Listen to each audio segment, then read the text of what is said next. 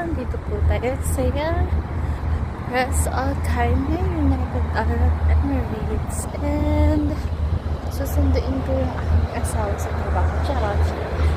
Nag-walking kasi ako to burn some calories, and yeah, in-explore ko yung way papunta sa work niya. And it was so nice walking and seeing the sky like this. Ang difference ng ibang Emirates like Sharjah dun sa dati ng Bilderhan, dun talaga halos bihira yung ulap ko makita, pero here almost everyday ang ganda ng langit, so nakaka-happy every morning.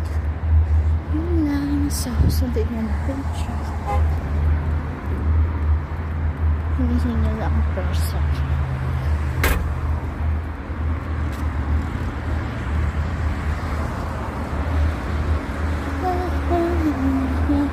Hihingin tayo sa Jodhpur Towers. Let's try to check. Oh my god. If we can go. What time is it?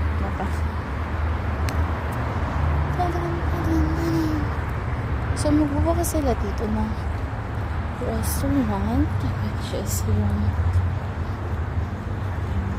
ano man tawag, Jodhpur Avenues, I think. Well, it's not yet open. They're still waiting for the next and all, but he's already going to work.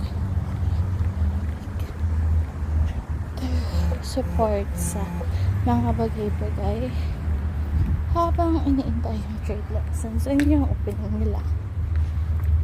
So now I'm here. Really? Okay.